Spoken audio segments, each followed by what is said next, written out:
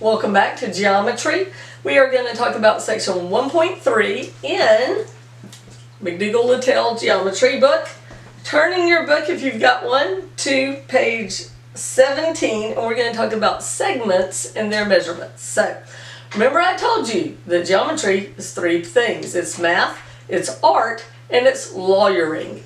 And one of the things about the lawyering part of it is you're not allowed to do anything until they tell you you can. So what we're going to do today is we're going to start learning about the lawyering part of geometry. If you look in your book on page 17, you will see at the top of the page highlighted where it says that in geometry, rules that are accepted without proof are called postulates or axioms. So we're going to get our first postulate.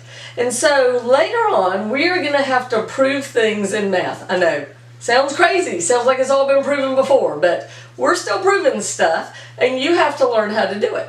So we're going to prove things in math, and how we do that, just like a lawyer uses the law to prove something. I forgot to start my little timer here. I have to do the timer or else the camera cuts off. But I'm learning.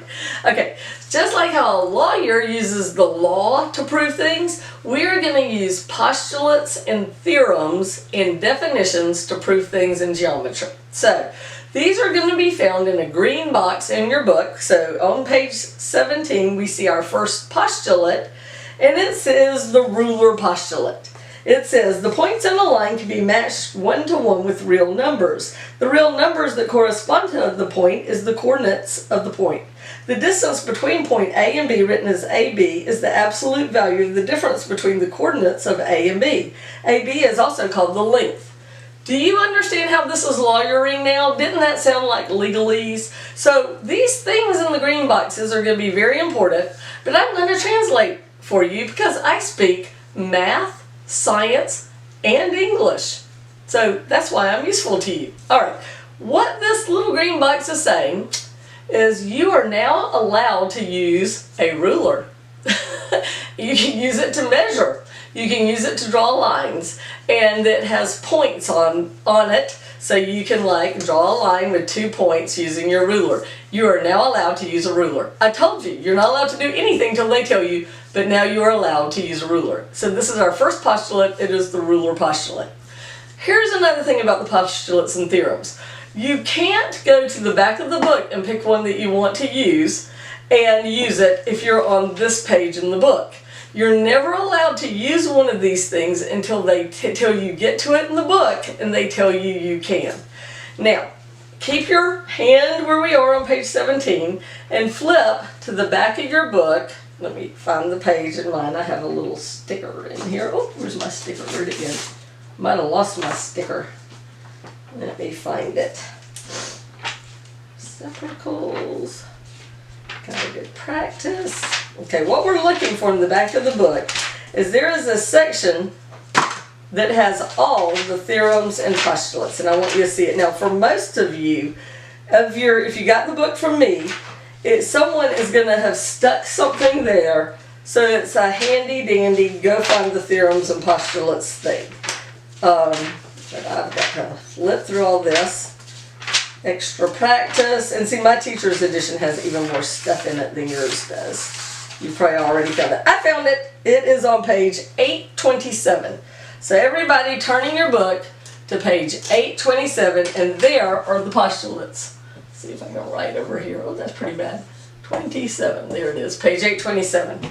All right. So there are the rules, and there's our first one. The Ruler Postulate is found on page 17. Do you see that in blue? So now we're allowed to use the Ruler Postulate. Turn to the next page, to page 828, and you will see the theorems listed there. And they tell you when they're introduced, so you will know if you are allowed to use them or not. Go ahead and turn to page 833. I want you to see what we're talking about. This is a proof. Okay, so these are how proofs are done. We have these triangles, and it says, in triangle ABC, angle C is a right angle. In DEF, F is a right angle. Line segment AB is congruent to DE, and BC is congruent to EF, and they want us to prove that triangle ABC is congruent to triangle DEF. You don't know any of that symbolism I just read to you yet, but that's okay, you will. Then what they have to do is they're going to write down statements in one column, and then the reason why they're allowed to write it in the second column. This is a proof. And it's sort of like papers for math. The only thing worse than papers for English is papers for math, right? No, once you get the hang of it, it's not too bad. But in general, I'm just going to be real with you. Most people hate the proofs of geometry. And a lot of times when people hire me to tutor their kids in geometry, it's not the shapes that scare the parents off. It's the proofs, those theorems and postulates. But that's where I'm going to teach you how to do it in baby steps, and you're going to be fine. I'm calming you down now. You're going to be fine. You're going to be great. All right. Now, look on page 17. Okay. So, we can use a ruler. So, I want you to take your ruler that's in your geometry tools. Remember, you have to have a compass, a protractor, a ruler, your TI-84 graphing calculator, and things like that. So, make sure you've got your index cards, your colored pencils in your kit. All right, and for those of you doing summer tutoring, I will email that list out to you.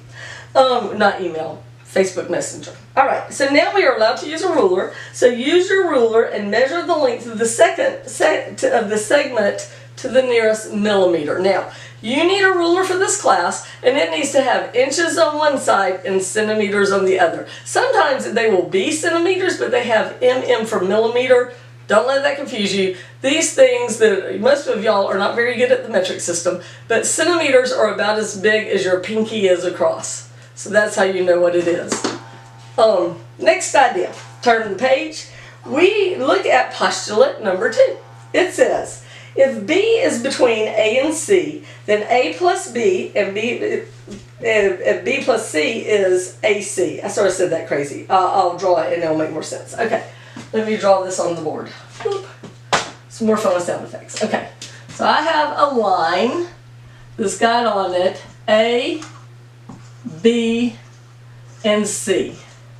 Okay, and it says if B is between A and C, segment AB plus segment BC equals segment AC. So what this postulate is telling us we can do now is we are allowed to add up line segments if they're next to each other. You're allowed to do that now. You can add those up. All right, so the example number 2, and they also did the definition of between. B is between B of A and C if you can draw a straight line through them. So this B is not between A and C, because that would not be a straight line. It would be a triangle. So I always think of Grover in Sesame Street where he goes, near, far, near, far. I knocked the eraser on the floor. And when I read this, I could think of Grover going, between, not between, because it's so simple. 3-year-old can figure this out, but that's geometry. You have to prove everything. How are we doing, Nathan? All right, Nathan's my cameraman, making sure my tape doesn't run out. Okay, so the next idea is you can measure the distance between 2 points. Gotta get my thing I knocked on the floor. Here it is. All right, so we have a line segment here, and we are allowed to measure the distance in between it. To do that, it is the postulate that is on page 19 that's called the distance formula. Now, if you remember from algebra, you should take algebra before geometry. If you haven't had algebra, go back and take that first. This is the coordinate plane. This is the y-axis, this is the x-axis, and you can have 2 points on the coordinate plane. I'm going to put one here at 1, 1. And I'm going to put one here at 4, 2. Okay? So, 1, 2, 3. I'll put it at 4, 3. Alright. How I'm listing this is the x coordinate, this is the y, that's the x, that's the y. For the distance formula, it's this. And you should have learned it in Algebra 1, but if not, that's okay. Now's the time to learn it. It is that the distance between 2 points, and here are our points, A and B, and there's our line segment there, can be figured by this equation. It is x2 minus x1 squared plus y2 minus y1 squared, all square rooted. It comes from the Pythagorean Theorem. Remember that from algebra? If you have a right triangle, and this side is A, and this side is B, and that one is C, A squared plus B squared equals C squared. And if you wanted C, how you get it is by doing the opposite, and the opposite of squaring is square rooting. I'm sure that's a word. And you're allowed to do anything you want in math as long as you do it to both sides of the equals. So then C is now freed from the square root, and A squared plus B squared square rooted is just C. Now some of you remember that from Algebra 1 and some don't, but it's okay, you're going to have this week to practice. Now then, if you live near me and have your TI-84 calculator, I can give you a program that will do this for you on your calculator, and it's fun.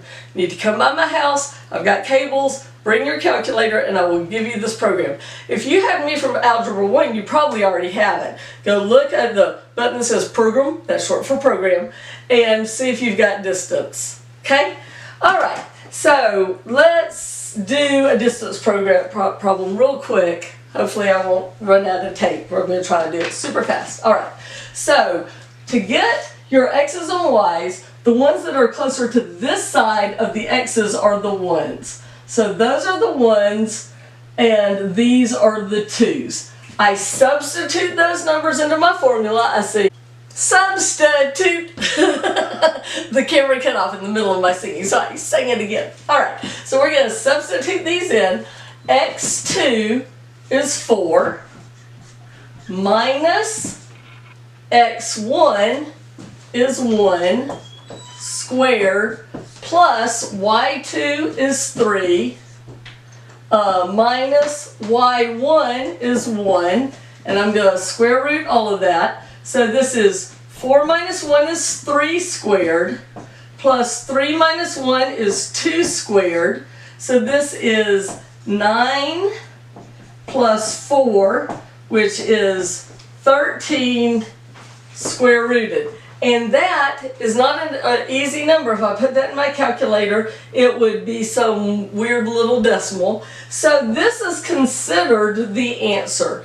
Don't be afraid of weird answers like the square root of 13. Sometimes they'll ask you what approximately equals, and you can do that on your calculator. So, on your calculator, the square root symbol is the second of that x squared, and then put 13, enter, and it's 3.6, etc. And that sounds reasonable. Remember, always ask yourself, is this reasonable? So here's another math symbol. Straight lines is equals, curvy is approximately equal to. So does that make sense that this would be about 3.6? If this is 1, 1 and that's 4, 3? Yes, that's reasonable. All right, math is fun. See you next section.